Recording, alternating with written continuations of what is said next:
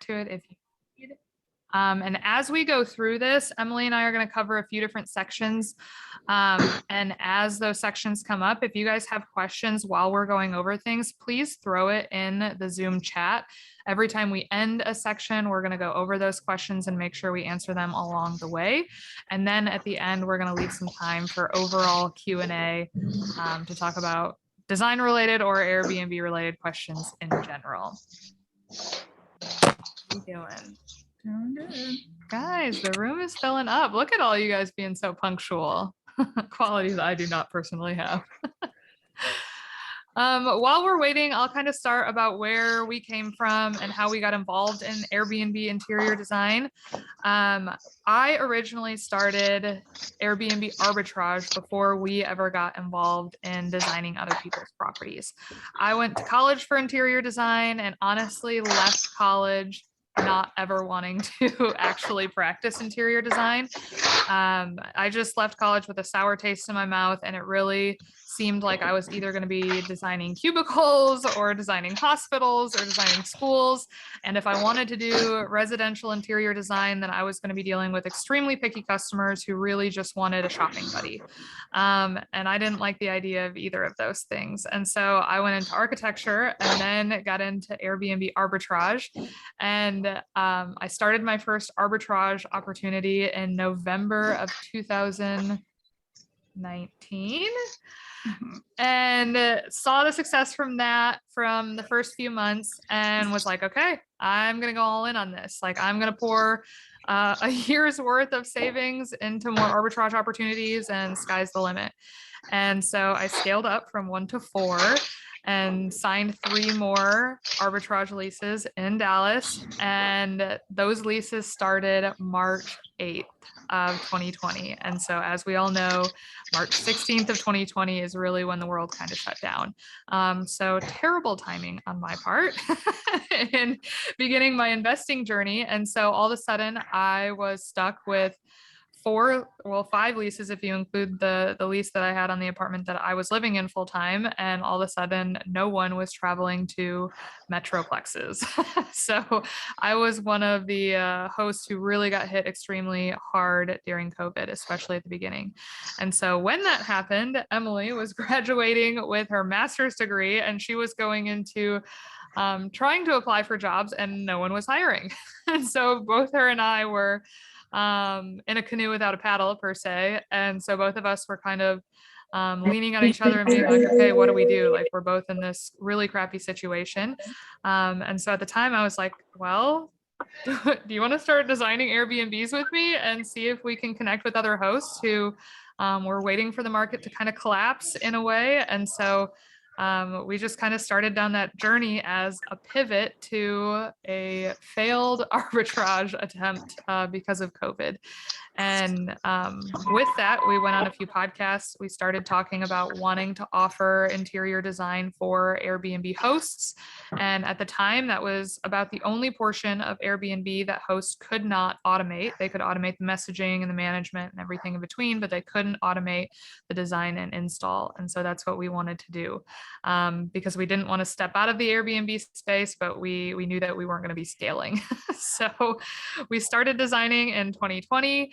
Emily and I kind of took it by storm and we really started designing arbitrage properties. So we specialized in 1 bed, 1 bath and 2 bed, 2 bath units for about the first 6 months, 7 months.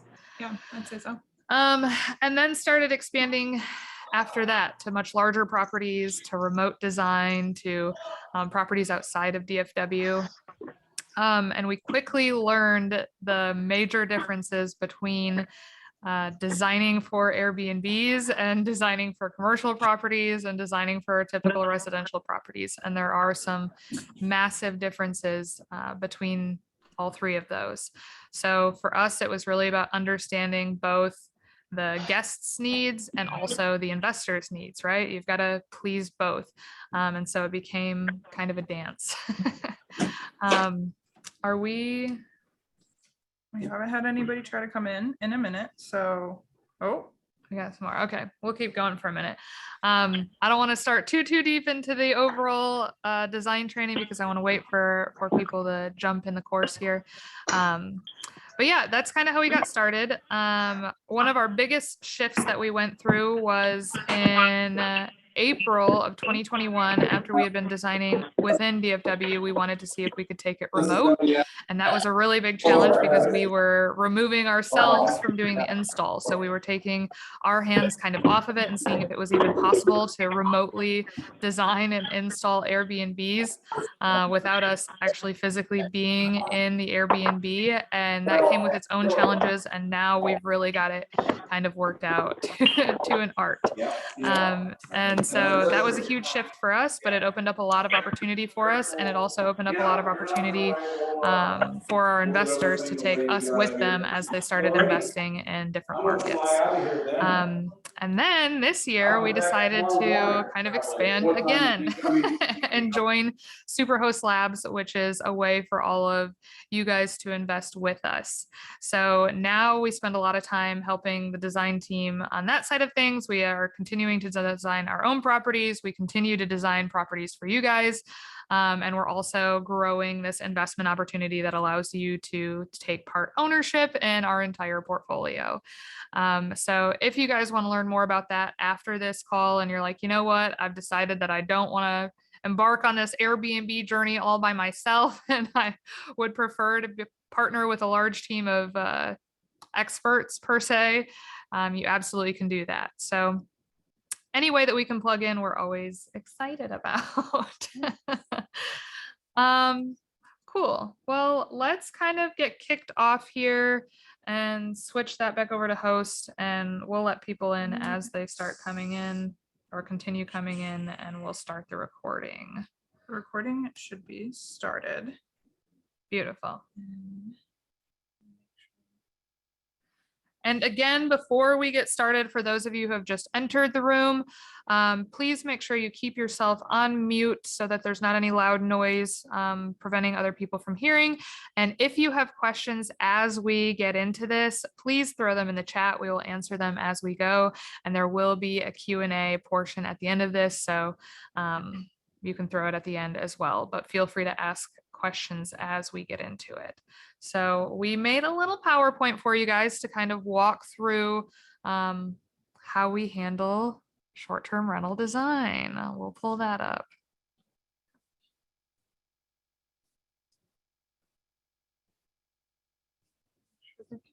Can everybody see our screen? I want to make sure before we start diving into this, that you guys can see it. Good. Thank you for those that are nodding.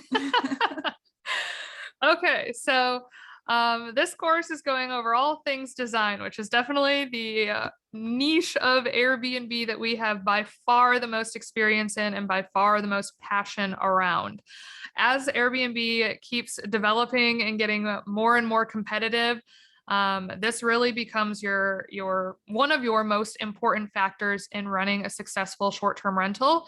When we first started, when we were talking to investors, we had love for interior design without understanding the impact that design had on your investment properties.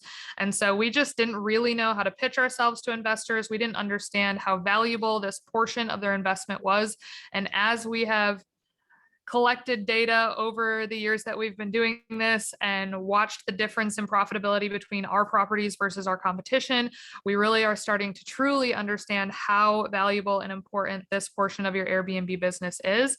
And so even though we came into it just strictly from loving it, now we believe in it 10x what we did when we started. A lot of you, I'm sure, here are existing hosts. Some of you may be hosts or aspiring hosts.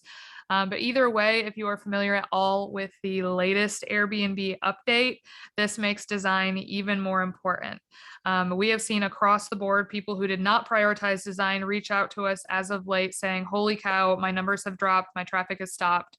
What do I do? And we'll take a look at their property and we see that they haven't prioritized design. And especially if you're in a metroplex or in some sort of a city area and you aren't on lakefront property, beachfront property, unique stays, things like that, design is about the only category that you can fall into on the Airbnb platform now. And so you want to make sure that you are checking that box.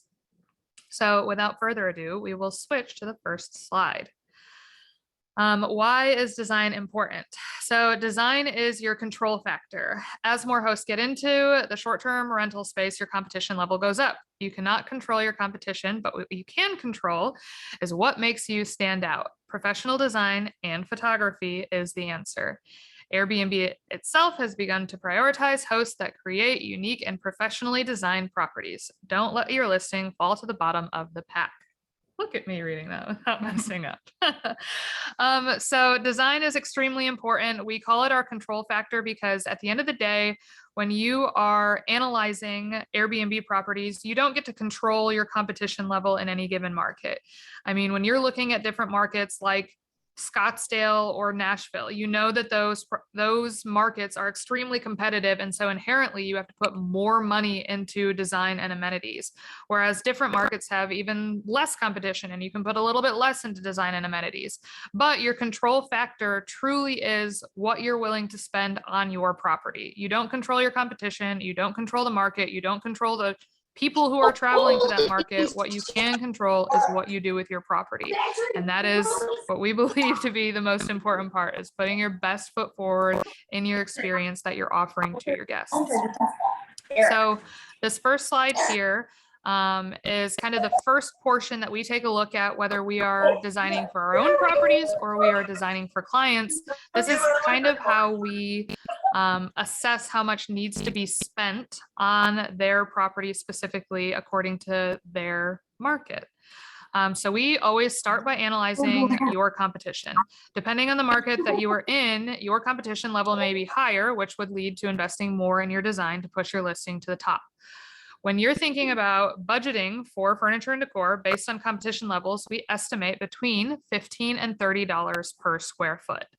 So when we have a design client come in, what we do, or for our own properties or properties in Superhost Labs, what we like to do is we will personally get on AirDNA. If you do not have an unlimited AirDNA access, you can absolutely do this on the Airbnb app itself. And what I would do is I would type in your location, I would type in your bedrooms and your bathrooms, or however many people you are going to be holding.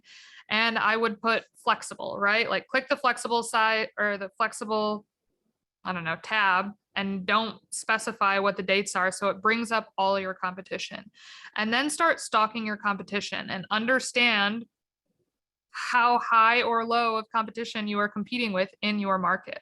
So for example, we've put together these 3 pictures here. All the way on the right is our property. All the way on the left is our closest competitor. And in the middle is one of the most luxurious properties that are in the same market that all 3 of these properties are in. All 3 of these properties are in Fountain Hills, Arizona. And we're going to kind of go through these listings and we'll show you kind of how we determined what we were going to spend on these properties and what we needed to include. Let's try that again. Okay. Okay, so this was our competition, or one of our closest competitors for this Fountain Hills property. This is not our property, but it has all the same specifications as the property that we were purchasing. As you can see, this property is beautifully photographed. So on all fronts, we knew that no matter what, we had to have top of the line photography. As we start stalking our competitors, what we're really paying attention to first and foremost is the amenities. So amenities now are highly prioritized by Airbnb, and you want to make sure that before you're spending any money on putting in new countertops, spending any money on putting new tile in the bathroom, your first priority needs to be matching the amenities that your competition has. So if we scroll through here, you can see, okay, they've got a pool, they've got a pergola, they've got a grill, they have a hot tub. But once you get into these interior photos, you see, okay, their interior is a little dated. Again, the photography is great, the lighting is great, but their furniture is definitely dated. It's not modern, it's not updated. This is definitely an area that we knew that looking at this, we could look at how much they were making, how far out they were booked, and how we could essentially beat them, right? They are our adjacent competitor. So we're looking at this and we're looking at, okay, no modern finishes, no fun wallpaper, no Instagrammable moments. They really played up that outdoor area, but they didn't really spend a ton of time on the interior, paying close attention to the experience that was happening inside of the unit. Should I go back to this one? Perfect. Okay. If you guys have questions, I just noticed one popped up. Try to send it to everyone in the chat because I'll read them off so we don't miss anybody while Sarah's talking because she's focused on the presentation. I just want to make sure we don't miss any questions. Thanks, guys. Okay, so then we'll go to this property next. This is actually our property within Supro Slabs, and this is how we decided to compete with that property. So again, we really prioritized the backyard. We made sure that the amenities matched. We matched the hot tub and made sure that our property had a pool. Really dressed up that outdoor area. But once you start looking on the inside, we started prioritizing the interiors. We made some Instagrammable moments, added some activities and amenities on the inside, like pool tables, like neon signs. We made sure to include some detail shots that really highlight some experiences that you can have within the space, a little wet bar. And we made sure that the interior was extremely modern, fresh, new, exciting, something a little more exciting than some really, really dated furniture. So with that being said, these two properties hold the same amount of people. They're in the same location. They have the same amenities in the backyard. The only thing that separates them is the interior. And we're able to charge more per night because of this main difference. So overall, even though we spent more on the interior, we are making more year over year because of the interior that we decided to include on this property. Oh, somebody said, I love the interior. Who is your target market for this property? Yeah, good question. So it changes per location, but for this property specifically, we're targeting families. Fountain Hills is just outside of Scottsdale. If it was in the heart of Scottsdale, we might think about targeting bachelor and bachelorette parties a little bit more, and we'll get into that a little bit later in the conversation. But Fountain Hills is a little bit ritzier of an area. So we're truly targeting families, which goes to show in kind of the layout that we have in the furniture here. So we have one room or two rooms that have two small beds to host some children. See right here as well, hosting kids, and making sure that those amenities are really targeting kind of a fun environment for families. Plus, this is a nicer area, so you don't want, it's kind of a nicer, quieter area. So you don't want bachelor and bachelorette parties to be thrown here. We really wanted to make sure that we were respecting the community. All right, well, you're taking me back to the other screen. Yes. Let's see. All right.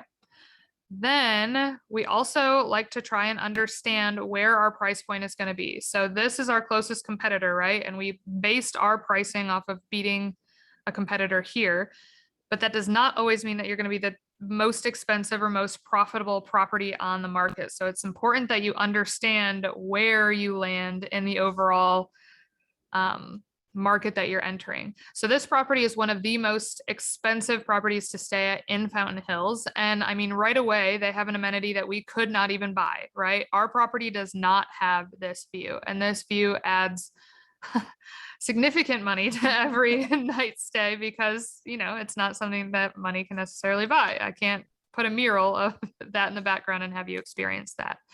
And on the interior, they prioritize the interior. All of this is new. They've added amenities. They've got that beautiful pool overlooking that gorgeous view. It's even larger than both of our properties. And this one goes for, I think, an additional $400 a night. But there are some big differences that we knew that we could not compete with our property. So as we begin designing, we pay attention to all of these things. Like, for example, this house just has more square footage, more rooms. They have more space for amenities. We didn't have room for an indoor gym. We didn't have room for this indoor game room. I believe this house also has an indoor theater. Some key amenity areas that were added into this that really increased the overall price point. If you were a host that, didn't prioritize turning all of these things into amenities, then you may have a much larger house that's at the same price point as ours, but they really capitalized in using all of their areas for amenities specifically and made sure they were well designed. So that's kind of how we start from a very like top level when we're thinking about design, is by stalking our competition, stalking our neighbors, understanding exactly what they have included in their properties, and then what competition above us has, to really kind of determine both price point and what we're going to spend on furniture. If you're in a high market, I highly recommend aiming for that $30 per square foot. If you're in a less competitive market, for example, like we're in Michigan, and Michigan is just overall a less competitive market, we don't have to spend $30 a square foot on design to see the top price point. Whereas when you're in Scottsdale, Gatlinburg, Nashville, Austin, Houston, any of the Joshua Tree, any of the big markets, Florida markets, all of those are going to require you to spend $30 a square foot on design if you want to be competing in that 95th percentile. Okay, so let's get into when the next step is choosing your design direction. So typically what we have seen is design direction going one of two ways, but when you are deciding which design direction you want to go, you kind of want to see the existing finishes in your space. If you don't have to change finishes in your space, that saves you on budget up front. You're saving yourself money, and that's always helpful in the beginning, especially. Those are things that you can change later on as well. Little things like if you have silver faucets and you want gold or you want black faucets, you can change those things later on, but I wouldn't prioritize that stuff at the very beginning. I would prioritize making your design coexist with those. But typically the two ways that they go is you can go for a theme or you can go for an aesthetic. So on this slide, we wanted to show you guys kind of the difference between the two. So beach themes or beach aesthetics are really popular, especially in beach towns like in Florida or on any coast, which are really big vacation areas. So there's a lot of Airbnbs there. So a lot of people will go for a beach theme, which is what we have here on the left. There'll be a lot of signs that say beach house. I think this one says sandy toes and salty kisses or something like that. Very beach themed, and it has a lot of blue in it. That is one way to go, but a lot of the properties that you're competing against are going to be beach themed. What you can do to make it look a little more, I don't want to say high class, but it's like I would say high class. High class. Okay. It's kind of a level up, is going for a beach aesthetic. So over here, you can very clearly tell that this property is on a beach. There's the wicker baskets, there's blue, all of the textures feel very beachy here. It's a rattan framed mirror. Everything feels very beachy without having to have a sign that says beach house in it. This is a little more aesthetic. It comes across in photos a little better, and it just feels more put together than this one here on the left. So you can go for themes or aesthetic, but personally, when we're looking at a property, we try to go for more of an aesthetic. These are things that you can change over time. Say you decide you don't really like a beach theme anymore, you can change the mirror and you can change this, and your aesthetic has changed, but you're kind of stuck in a beach theme if you're going this way. So just things to keep in mind. But there are markets where themes work. So this is what she mentioned about Scottsdale, or I think it was Nashville. If you want to really niche yourself down and target a very specific market, you absolutely can. This is a house in Scottsdale that we found a property, and it is very clearly themed for bachelorette parties. There is a lot of properties in Scottsdale that are themed for bachelorette parties. They are extremely over the top, lots of bright colors. They have a very clear photo moment. Let's just say a group of guys going on a golf trip is not the target market for this Airbnb. But in these type of markets, themes work. Another area where a theme would really work is in the Florida market near Orlando. You will find a lot of Disney themed units. And if you have the budget to really be going all in on these themes, that's kind of what people are looking for when they're going to those markets. So there's no problem with themes. I would just specify which markets you're using these themes in. Yeah. And we've designed so many Florida properties at this point that we've done our research on the Florida market. I mean, everyone goes through the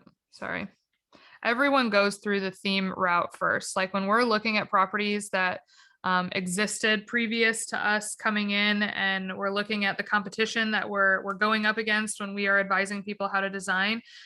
The aesthetic way to go 9 times out of 10 is the way to go. Typically, I mean, themes come in every now and then and they make sense, but the aesthetic route really does offer more of a classy, wholesome, well-designed experience for people. So when you are looking at things like that, it's like our rule of thumb is don't go to Hobby Lobby and pick up everything that says beach or lake or mountain or whatever else. You want textures and fabrics and materials in your property that allude to that aesthetic.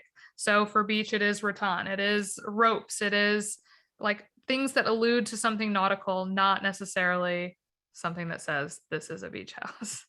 Exactly.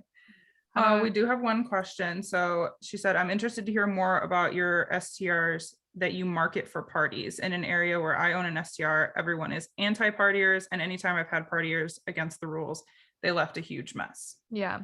Honestly, we shy away from the party crowd as well, personally.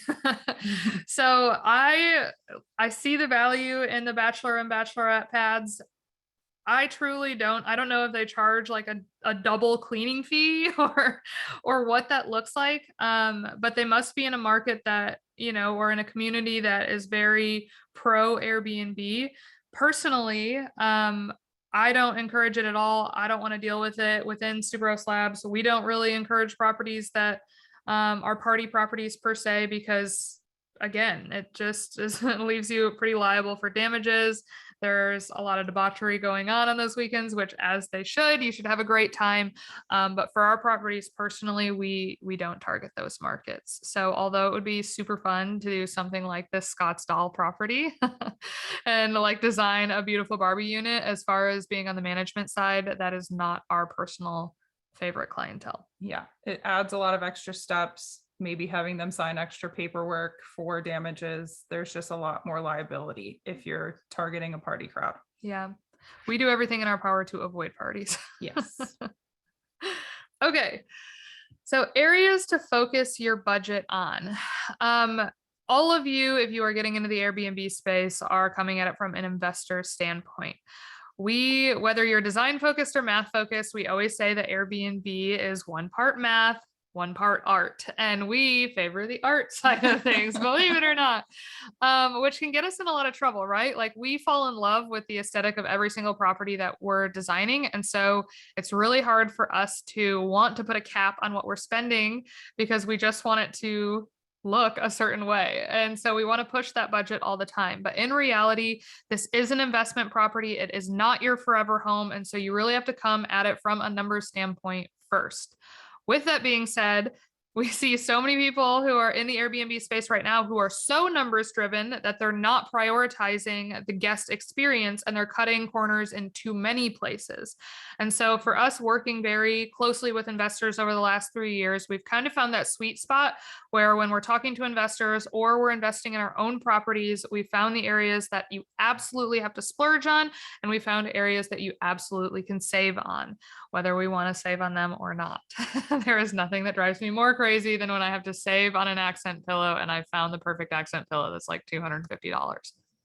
Not for an Airbnb, maybe for my forever home. So as you can see here, we've got a list of splurge areas and a list of save areas. Really overall, when we're looking at splurging, it's on the experience and the high touch point areas. So those 2 areas are really impacting how the guest is interacting with your space. And you want those pieces in particular to be top of the line. You can't cut corners on those pieces. And then there are pieces that are there that don't have as much of an impact on somebody's experience. So for example, in the splurge section, the sofa in particular, when Emily and I first started designing, we were trying to invest as little money as possible in our own properties. And because they were 1 bed, 1 bath, and we wanted them to host 3 people, we thought it was a genius to put futons in literally every single unit. And little did we know that those futons the legs on the futon were going to break almost immediately. So we designed like 15 properties maybe and put with futons, and almost like clockwork, after about 6 months of all of those futons, they all started breaking. And so not only we were of the mindset that we were saving money on the front end and we were also providing another sleeping area. But futons, I don't know if y'all have ever slept on a futon, but they're not comfortable at all. So when people were sleeping on them, they were complaining. And then two, when the futon would break, then you've got to close down your property. You've got to take that futon out. You've got to order another futon. You've got to replace it and then wait another 6 months before it breaks. Or you replace it with a higher quality sofa and then you have to have it rephotographed. Either way, we very, very quickly learned that the sofa is one area that people are going to be spending the most time lounging on. And it has to be comfortable and it has to be durable. And so durability and comfortability for the sofa are super important to us now. What we've learned over time is that you are going to get what you pay for when it comes to a sofa. So we have a rule of thumb that we are never spending under $1,000 on a sofa ever again. There is no sofa on both Amazon and Wayfair that's under $1,000 that's been worth its salt. And we have bought them all. We've bought them all. They all would not advise, would not recommend. Same thing with a mattress. So when you're traveling, you want to make sure that you're comfortable. And if you're lounging, you're going to be lounging on either your bed or your sofa. So the mattress and the sofa are the two highest touch point areas that you want to make sure people are comfortable. We've recommended mattresses a million times on our social media. So a lot of you have probably already seen. It is linked in our Amazon storefront. You can find the link to our Amazon storefront in our bio. But we always use a medium memory foam mattress. We've tried firm in the past and we've tried plush in the past, and both of those get complaints for people who like it firm, people who like it plush. It's not a good, the medium one seems to appease everyone. Yes. We have yet to have a complaint on it and we get compliments on it all the time. Same thing with bed frame. We always recommend using wood bed frames over metal bed frames. What we've found with metal bed frames, unless it's a platform metal bed frame, that's about the only exception that we recommend with metal bed frames. They bend very quickly and the fasteners loosen very quickly. So if it's not completely bent, it's squeaky, as you can imagine. So we highly recommend wood bed frames. If you are absolutely set on having a metal bed frame, what we found is if you put a 4-inch thin box spring between the metal bed frame and the mattress, that makes your bed frame last significantly longer. So that is a workaround. It just costs you a couple $100 extra. And you'll still probably have to replace your metal bed frame before you would a wood. Yeah, absolutely. Yeah. But it'll just make it last quite a bit longer. Same thing with rugs. What we learned with rugs almost immediately as well is we try and buy ruggable rugs if at all possible, or indoor outdoor rugs, regardless of whether the rug is indoor or outdoor. Even if it's indoor, get an indoor outdoor rug. The ruggable rugs we love so much because you can peel them up and you can throw them in a washing machine. So we host animals in all of our units. We like to allow people to bring their fur babies. And with that being said, the rugs get really covered in dog hair, they get covered in cat hair, they get covered in whatever else. So it's really nice to be able to wash those rugs a few times a year, and Ruggable is really great for that. Same thing with indoor outdoor rugs. They just last significantly longer than any other rug. So we highly recommend one of those two options. For dining chairs, a tip with dining chairs is you want that dining chair to be able to hold more than 300 pounds. So when you're looking at your dining room chairs, they will have specifications. It will have a weight capacity. And a lot of the dining chairs on Wayfair and Amazon will have a weight capacity of 200 pounds. And it's just not realistic to think that you're never going to be hosting people over 200 pounds consistently. And you want to make sure that you're taking care of anyone who can be coming in your space, regardless of their weight. So make sure that you're getting durable dining chairs, because if you don't, you're going to have to replace them quickly. Another splurge is obviously amenities. This should be honestly at the top of the list, because amenities are what get people to actually book your space. They want an experience within their Airbnb. And then last, we have an Instagrammable moment. We always like to include 1 or 2 key moments in our properties, whether that's as you saw in the Scottsdale property, they had like an entire Barbie cutout. We do a lot of murals or huge artwork or grass walls, all sorts of different things to just create a space, because now instead of being seen going out to bars or going out to events when you travel, you really are seen online. And so people are big photo takers now. And so you want to give them some key moments within your property that they can take a photo that's going to create a good photo for people to show off to their friends and family. Some areas you can save in are your accent pieces. So accent pillows, throw blankets, side tables, all of these things in the save section are definitely necessary to include in your space, but you don't have to spend an arm and a leg on them because the quality of them is not your end all be all. If you have a lamp that's a $50 lamp versus a $350 lamp, that's still going to light up the room, right? So there's the experience portion of that piece in your property is going to function the same. It's just the price point is different.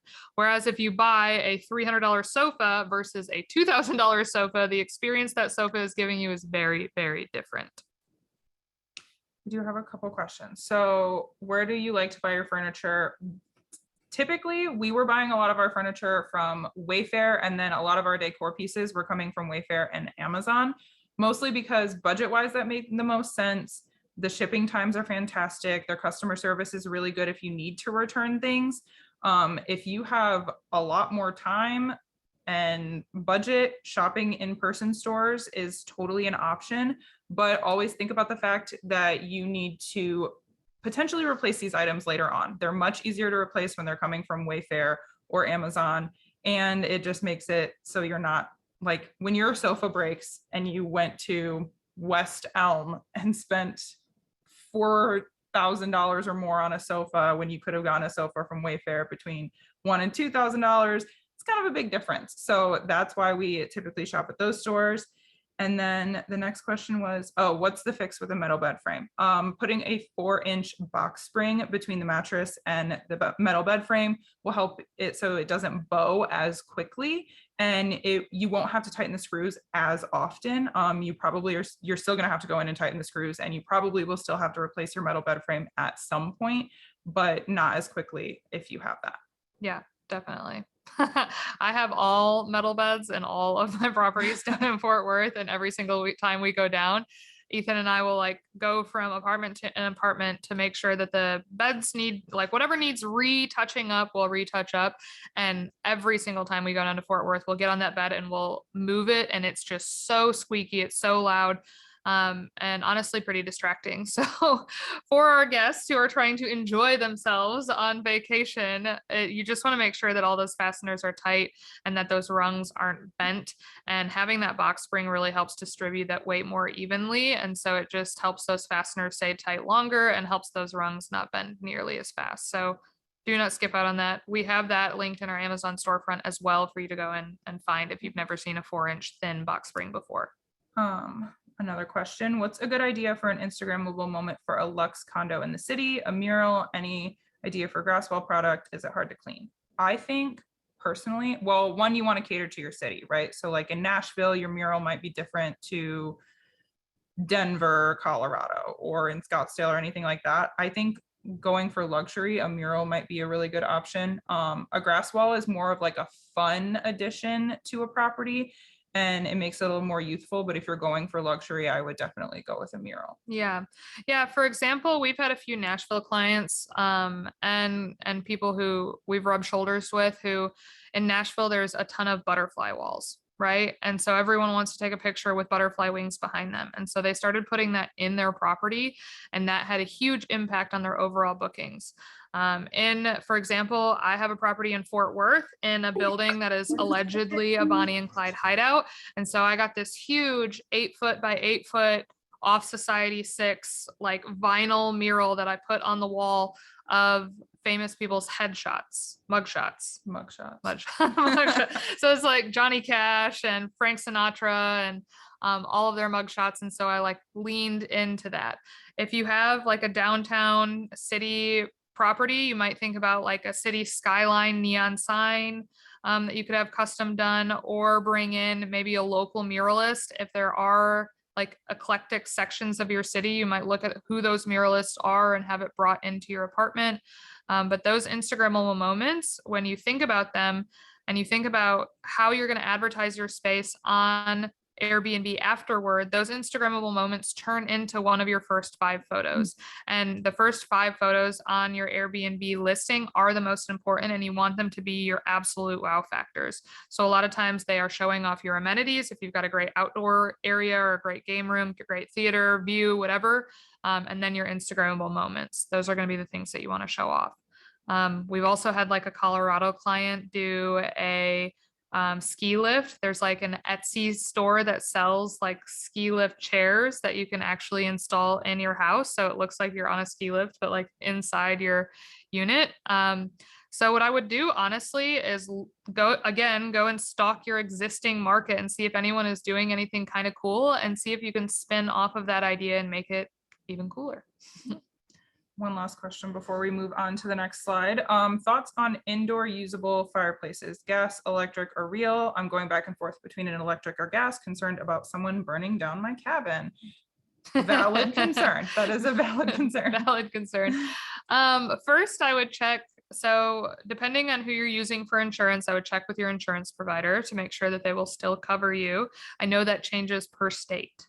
So in Michigan here, the insurance that we have for our property will not allow us to have an indoor fireplace, but it's a wood burning fireplace, which makes it exponentially more dangerous. There are fireplaces now that actually are not heat producing fireplaces. They're actually like steam and lights, and it looks like a fireplace. So you still get the ambiance of a fire, but it actually isn't producing heat. That's a good solution.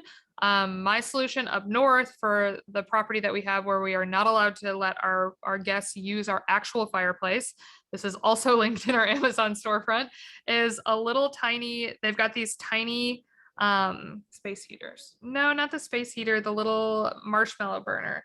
Oh yeah. So it's like this little hexagon fire situation, and you put this like petroleum jelly can in the middle. And you can buy the petroleum jelly cans. You can buy them in packs of 24, and just leave one out for your guests. But this little indoor fire pit comes with like these little marshmallow things, and you can like roast marshmallows over this little indoor fire situation. And the flame it doesn't do anything to the marshmallows. It's like food friendly. But we leave one of those canisters out for people so they can roast marshmallows in the winter indoor, just to add another experience and to add a fire feature. And, it's something that's super small. So that's a good solution. Or I would say maybe a heatless fire situation. Yeah. Okay. So we wanted to go over a couple tools that we were using when we were designing a lot of properties. It kind of helped keep us organized and just really came in handy. So for one, we used KeyPlan 3D when we decided to start remotely designing properties. We would have our clients go in and measure the space, which if this is your property, you can do, or have somebody go and measure your space for you. And you can completely map out your entire room or entire house and make it 3D. And then you can actually put furniture pieces based on the sizing that you would like in there. So you can really see exactly what your space is going to look like. The furniture pieces in the app might not look exactly like the ones that you're picking out, but sizing wise, it really helps get an idea of what the space is going to look like. If I'm remembering correctly, it's like $5 or $6 for the app. We have it on our iPads, but it looks like you can use it on your computer as well. So really good solution if you are a visual person who needs to be able to see exactly what the space is going to look like. And then we have our Wayfair list is what we were using when we were shopping with Wayfair, because we were working with a lot of different clients at the time. We were having to organize them all. So you can add everything to a favorites list. So when you're designing, if you're seeing 7 couches that you really like, you can add them all to the list and go back and look at them later. You don't have to keep 7 different tabs open. And then once you get it like narrowed down, you can take everything from your list and put it directly into your cart. So it's a really nice way of keeping all of your different designs organized, especially if you're doing multiple properties at once. Yeah.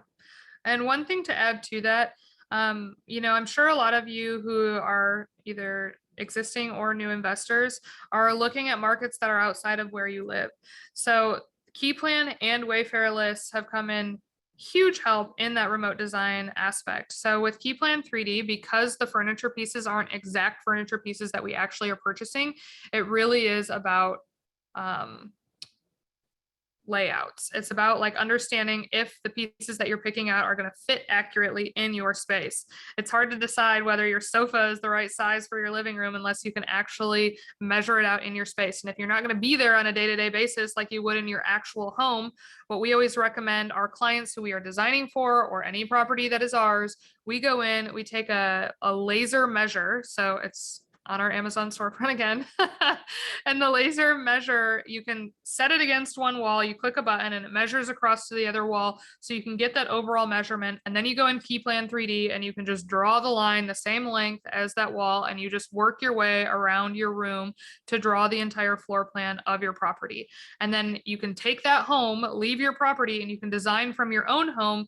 As you're looking at different furniture pieces, you can bring in the sofa that's automatically in KeyPlan 3D. You can adjust the size of the sofa in your room and see if it fits, see how it feels, to make sure that when you actually order everything, it all fits instead of gambling on it and hoping that it's going to fit, because realistically, that's going to create many more nightmares on the back end.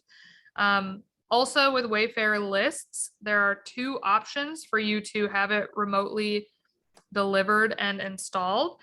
Wayfair has a consolidated delivery option. We have tried to use that in the past. It has been successful about 70% of the time. 30% of the time, it's been a nightmare, to be completely honest. So it is an option for you. What that looks like is they will take your entire order.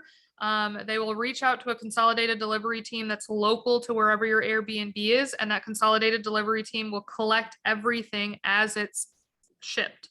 They'll collect everything until everything is in. They'll store it at their warehouse, and then they'll schedule a time to drop it off at your place. So if you are dealing with an out-of-state situation and you want all of your furniture stored in a warehouse until you can get out there and actually install it yourself, the consolidated delivery option might be a great option for you, because you can schedule it. They bring it out all in one truckload, drop it off all in one setting.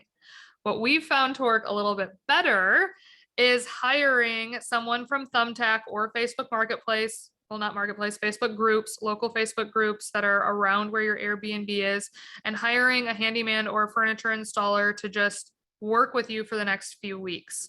What we've done in the past is we've hired this person. They'll take a trip out every single day. They'll bring in all of your boxes every single day, and they'll put your room together as it comes in. Typically, these people are paid hourly, but it allows you to put your property together a lot faster, because you're putting things together as it ships instead of waiting for everything to come in and then having it delivered to your property. And if you've got this KeyPlan 3D all put together and you've got kind of a layout already explained and you can screenshot it to them, then they have something to reference as a floor plan to understand where each piece goes.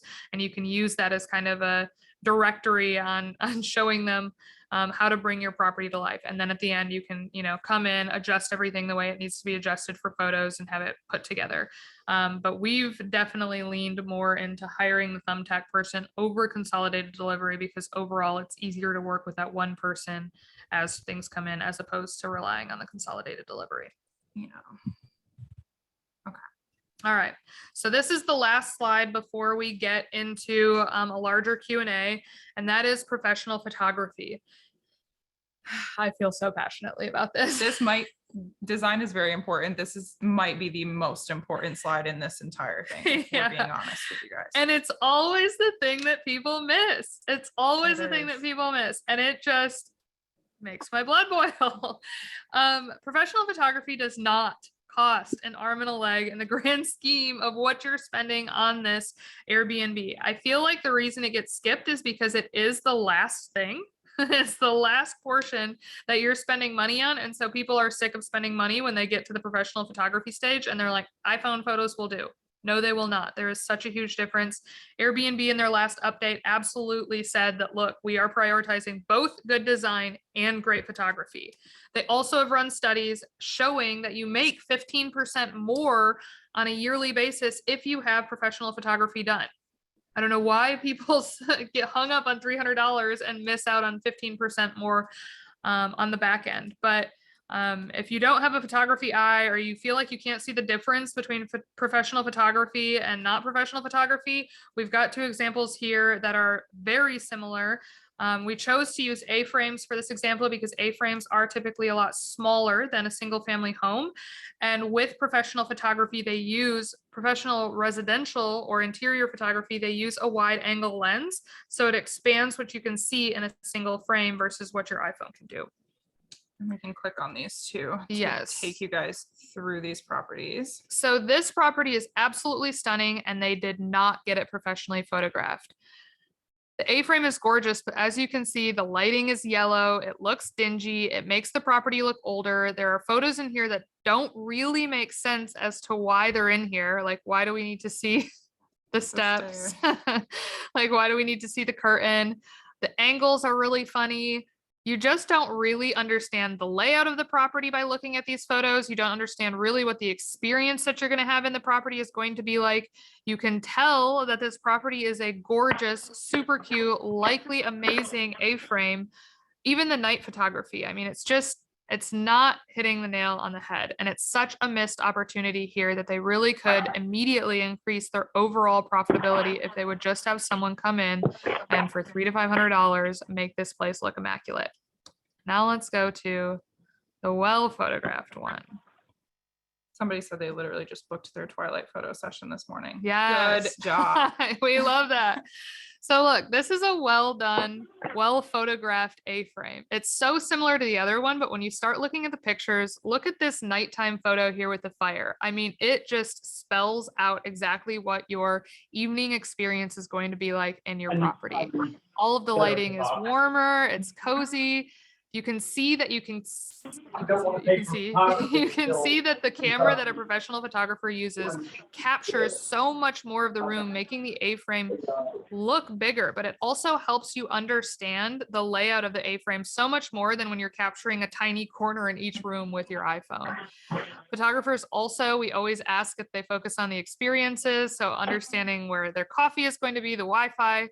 This bathroom, if you were taking this bathroom photo with your iPhone, you would likely only get either the sink or the toilet. You wouldn't be able to get the entire bathroom in the single shot.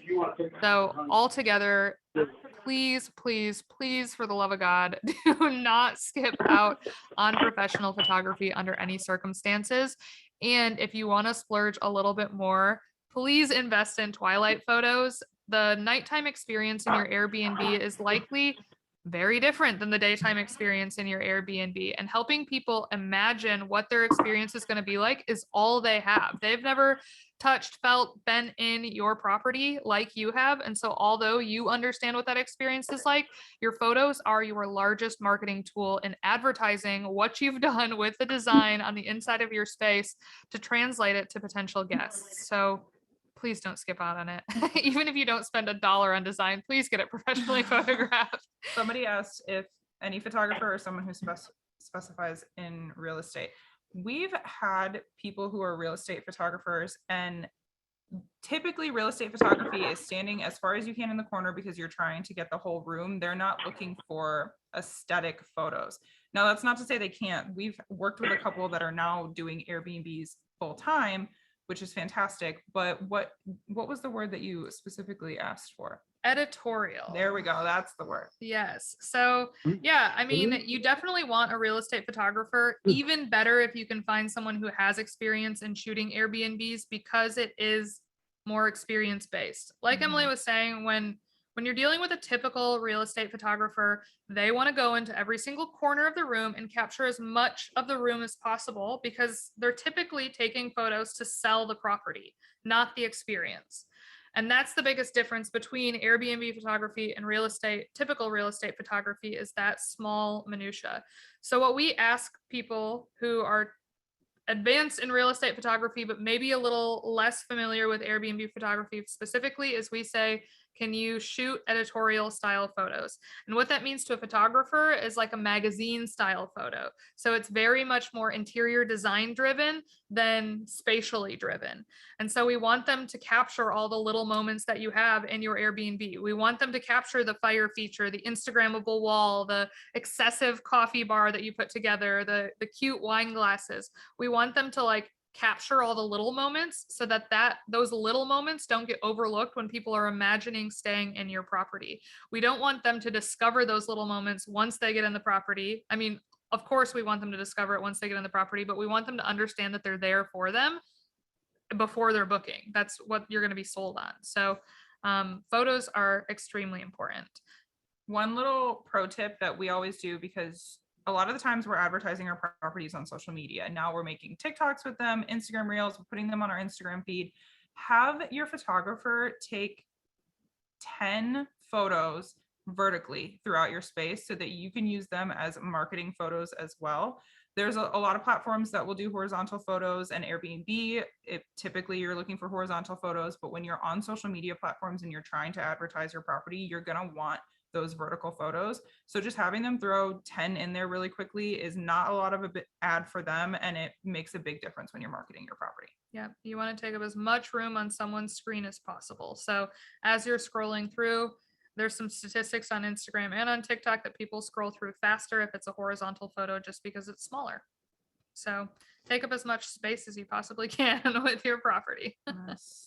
Stop sharing, and we've got a little bit of time to get Yes. some questions here.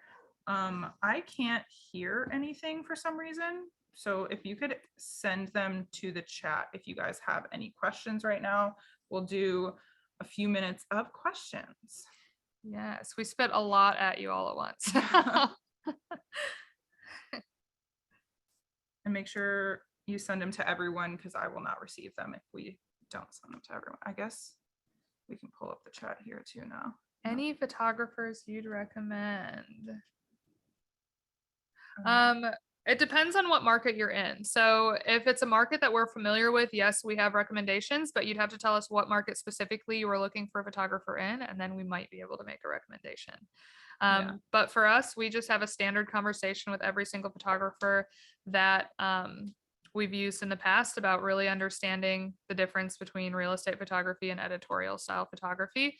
And as always, I mean, if you want to shoot us an email with like 3 photographers that you're looking at, we can take a look for like 4 seconds and we'll be able to tell you which one we would choose.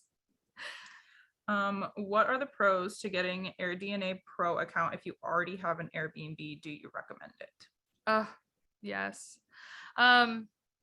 Well, it depends on how quickly or slowly you're looking to purchase another property. So we use AirDNA every single day to analyze different properties in different markets.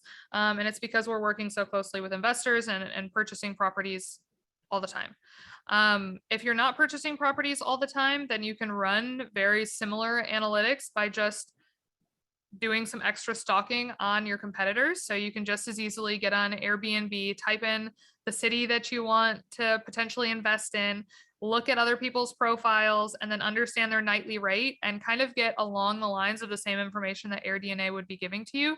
AirDNA just speeds that process up for you by a lot. So it depends on how much analysis you're doing on a day-to-day basis to justify the cost of that Airbnb Pro account.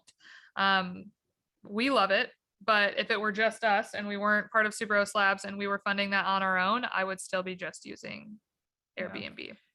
That nice bonus is that they put all of your competitors in one spot. You don't have to go looking for them, but like she said, it's a matter of how much time you have and how much time you want to put into that. Yeah. And if you, the free one that I would recommend is Rabbu, RABBU. Highly recommend that. That will show you a little less than AirDNA shows you, but it does bring up your competition immediately, and the comps are identical to Airbnb. So that's an even easier way to kind of stalk your competition. All right. Somebody asked, should you put TVs in the bedrooms or just in the living room? Good question. We typically recommend at minimum TV in the living room and in the primary bedroom. You always want to prioritize the person who is booking the listing because they're typically the ones footing the bill. So the primary bedroom should get the most luxury, which should include a TV for them. If you have the budget for it, it's a nice added touch to add bedrooms in the extra rooms. But if it's not in your budget, that's always something that you can add later on when you have made a little bit of money off of your property. But yes, in the living room and at least in the primary bedroom, always is how we kind of factor that. Yep. What's a reasonable percentage of budget to put towards Airbnb design? You want to do the square footage? Yep. Yeah. So kind of back to that first slide, minimum that I would budget for your Airbnb is $15 a square foot for furniture and decor. That doesn't include all of your supplies. So you're still going to have to buy your bathroom supplies, your kitchen supplies, things like that. That's not included in the $15 a square foot. I think to do a really great job is closer to that $25 to $30 a square foot. And then if you're getting into the luxury game, it's beyond that. But again, it's really understanding your market. If your market is low competition and you're looking at all your competitors and all of them have grandma's furniture and aren't professionally photographed and you're coming in to be in the 95th percentile, you don't necessarily have to spend the $30 a square foot, but I would definitely set a minimum of $15 a square foot for furniture and decor. Okay. Have you incorporated selling products like souvenir items with your designs? No. We haven't incorporated selling them. I know with the lake house that Sarah has, she will bring in local products to kind of just have an added touch for the guest to give them something local. Sometimes if people are around breweries, they'll bring in local beer or wine, or I think it's syrup that's local for Sarah.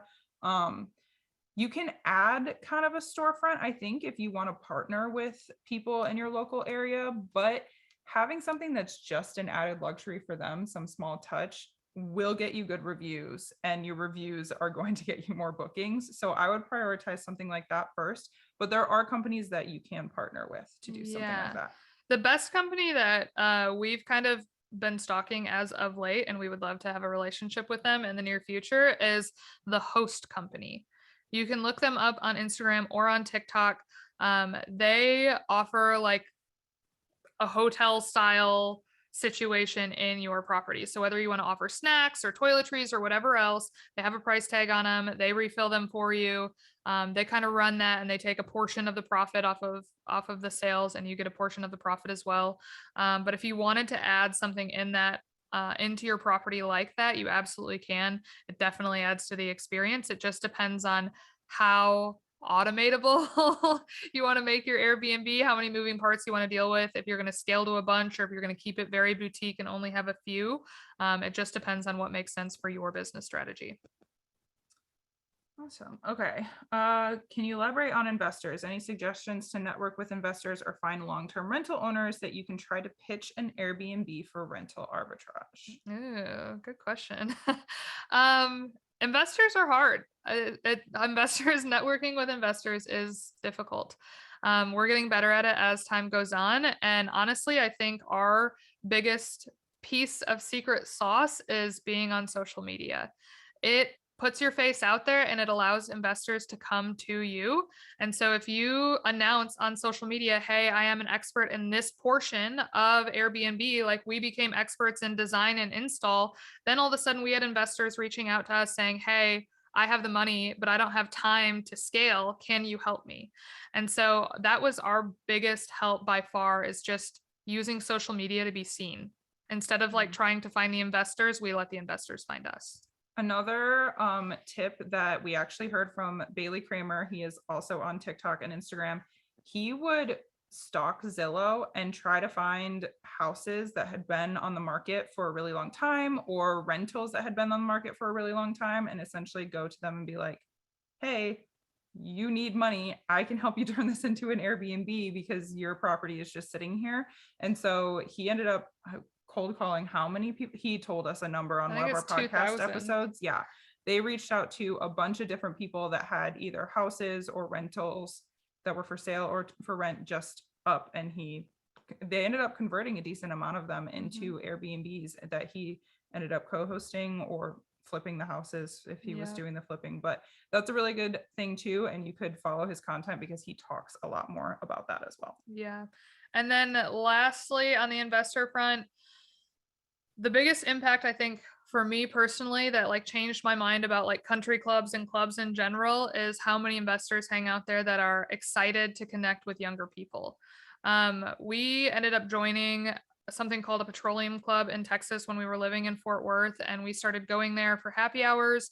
And I was under the impression that people in country clubs or high-end clubs like that were going to be very snooty and not welcoming, and just had this like stigma in my head that it wasn't going to be a place that I enjoyed because I'm from a small town. I'm a small town girl. Like I just didn't see myself as someone that would fit in that environment, and I could not have been more wrong. Going into that club and in clubs since then, just the networking that happens there and the people who are excited about partnering with young people who are excited about their career, who want to get involved in something that maybe they've been involved in the past, or now they're at a point where they're kind of wrapping up their career and they want to experiment with something fun. We had a lot of luck there that really kind of changed our career as well, just by rubbing shoulders with a few people in one club. And so we've kind of carried that through since then, and really started understanding where investors are hanging out and what they're looking for. Awesome. Okay. Well, I know we've gone past time, so we'll answer 2 more questions for you guys. Well, 3, because one of them's really easy. The name of the influencer was Bailey Kramer. We did a podcast episode with him, so you can go and watch that where he gave a lot of information, and we have linked his accounts in the bio of that, so you can find him really easily through there. But the next question, how do you feel about trundle beds as extra sleeping space? We have used them before. If you are targeting families, trundle beds are a really nice way for them to fit more kids. One tip that I will say that we didn't think of at one time and it ended up biting us in the butt, make sure that the size of your mattress can fit so the trundle bed can still push in.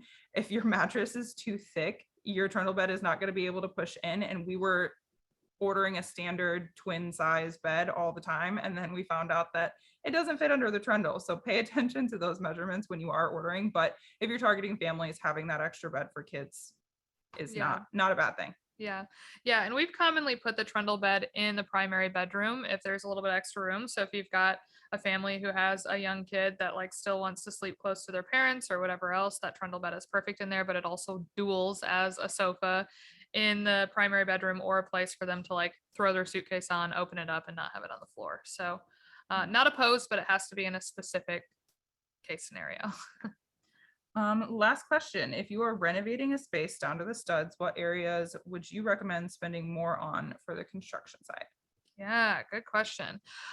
So if you are renovating something down to the studs, you are going about Airbnb into more of a BRRRR method where you're rehabbing and you're really putting some equity in the property before you're actually turning it into an Airbnb, which gives you a lot more freedom to decide where you're going to spend your money and where you're not. And also it's a more secure, stable investment. That's what we did with the lake house up north.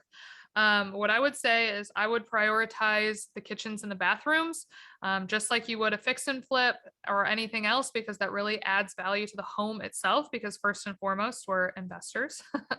But also the kitchens and the bathrooms. I mean, the kitchen, especially in Airbnbs, is a place of gathering for your hosts. So the more you can make that an open environment, a welcoming environment, an environment where people can hang out, cook, and socialize, the better. And then also, if you have the freedom of designing your house kind of from bare bones, think about built-in bunk beds. They are so much classier and so much more beautiful and so much more long-lasting than any bunks that you're going to buy separately. So whenever anyone is renovating a property, always think about those built-in bunks, because kids love them. They last a long time. There's just so many benefits. So I would highly recommend adding that into your design. Well, that was our final question. Beautiful. Thank you guys for listening to us talk for over an hour. Yes, we will be sending this recording out to you as well via email after this, so you can reference back to it if it becomes more relevant as time goes on. As well as the presentation. A lot of the photos are clickable to the examples that we talked to you guys about. The links should be clickable to Key Plan and Wayfair List, so you guys can kind of explore those things to see if it's something that you find value in and want to use. And yeah, we'll be sending all of that stuff to you guys hopefully tomorrow. Beautiful. All right. Well, thank you guys so much for joining us, and we will catch you next time. Bye, Bye, guys.